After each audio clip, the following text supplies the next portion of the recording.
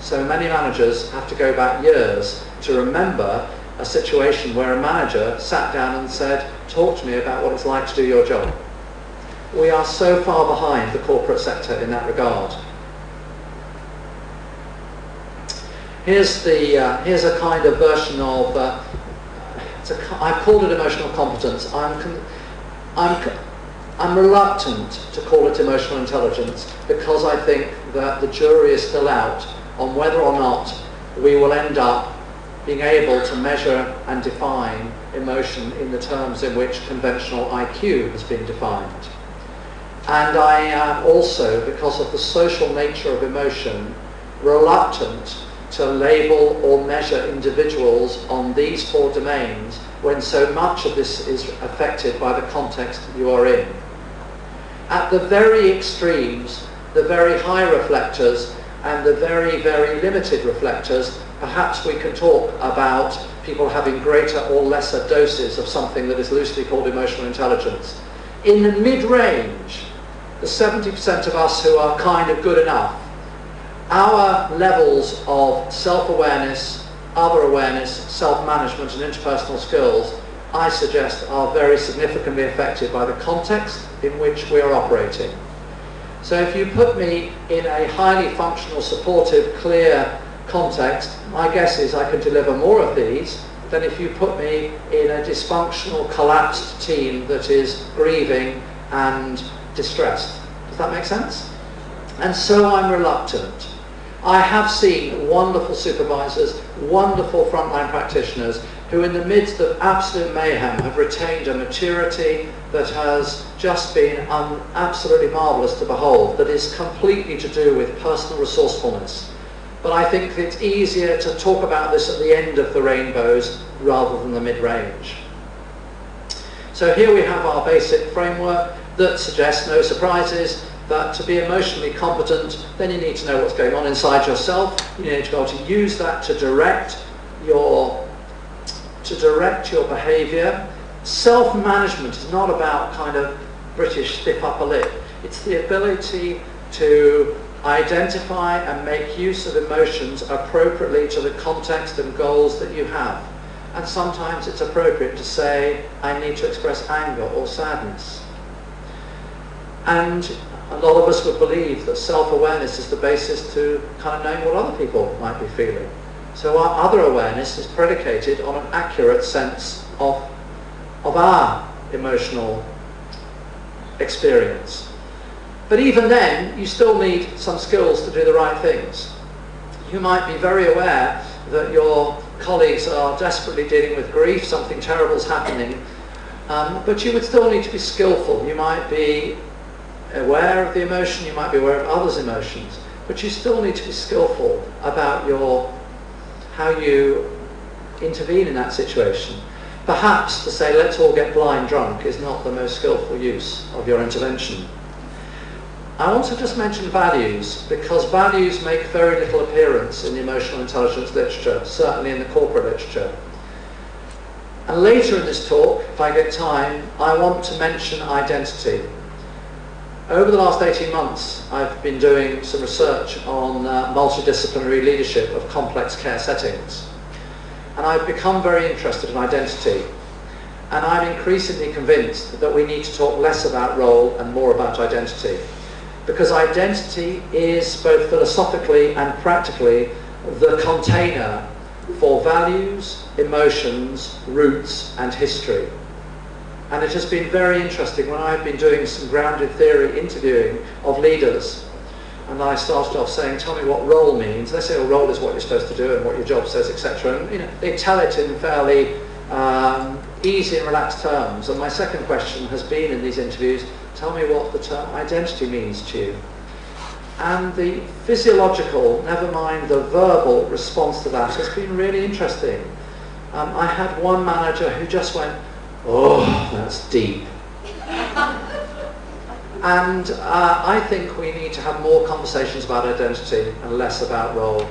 Because identity is what predicts performance, not role. Why? Because role is given, identity is forged. We all have multiple possible identities. And the most emotionally fluent people also have access to different identities. Your clients, those clients who are most constrained and ground down, one of their constraints is that they've only been given one or two possible identities, and some of those identities are very self-constraining. Seems to me identity work is something we need to talk about more, not least because the demographics of migration are forcing us to have that conversation. We remind ourselves of the work that you do, and the work that you do is fraught with ambivalence and ambiguity.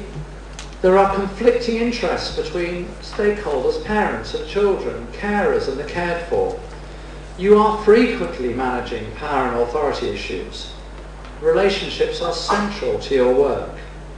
Very little of what you do can be proceduralized. It can give you some parameters, but every judgment is unique to the situation in front of you. You exercise incredible judgment. Society asks you to have the judgment and the wisdom of Solomon. And you are asking and working in fields and of human biography that, if they were described in fiction, publishers would say that's over the top. Were they not true? And you are faced with powerful moral and ethical dilemmas. This is wonderful. This is what devolution gets you. You will know that the Scottish Parliament is now separate from the English Parliament for everything apart from kind of sending people to Iraq. And I think, if they're wise, they'll try and get out of that one as well. The Scottish Parliament have just produced, and if you Google this, you can get this, something called Changing Lives, which is a long-term look into the future of social work in Scotland in the 21st century. Chapter 4 says this. Why is this important? It's not that the words are important, because we've seen numerous researchers who've said what's on this PowerPoint. What is significant is this is a political statement. It's a civil servant statement. It's not out of a therapeutic text. The therapeutic approach and the working alliance are the key elements in developing a personalised approach in helping those with the most complex needs gain control of their lives and find acceptable solutions to their problems. And the therapeutic approach is forged by accurate empathy, warmth, respect and genuineness, those Carl Rogers type of things, the working alliance and a person-centred and collaborative process. And they say this: we must now legitimise and restore the centrality of working for change through therapeutic relationships as the basis of strengthening the profession in the 21st century. I haven't seen any other jurisdiction that has made that political commitment. It's a very important statement. And it says something about the difference in Scottish heritage and Scottish culture. Remember, the Enlightenment was forged as much in Scotland as anywhere else in Europe. I'm going to skip this. This is the only chapter that I have seen dedicated to describing emotional intelligence as it applies in our sector. And you can see that these authors have described that self-awareness in our type of role needs to contain accurate self-assessment, self-confidence, etc. Self-management needs to contain reliability, adaptiveness, etc. That social skills are not just interpersonal, they're also intergroup skills as well. This is at the heart of the article that I mentioned at the beginning. And the article's constructed around the idea that in social care there are 5, and we could say more, but it seems to me we could take 5 absolutely central tasks with which we need to be engaged well. Engaging our service users, observing, assessing, judgment and decision making, and working together. And we cannot deliver our work as social workers, and I would say more broadly actually, social care generally, cannot deliver its service unless it is good on all 5 of these. And I'm briefly going to explain what the link is between emotional competence and being skilled in these 5 domains. All of the research about engaging service users tells us that service users make up their minds about us in the first 2 or 3 minutes. We know that because when we go to a new GP, we make up our minds, don't we?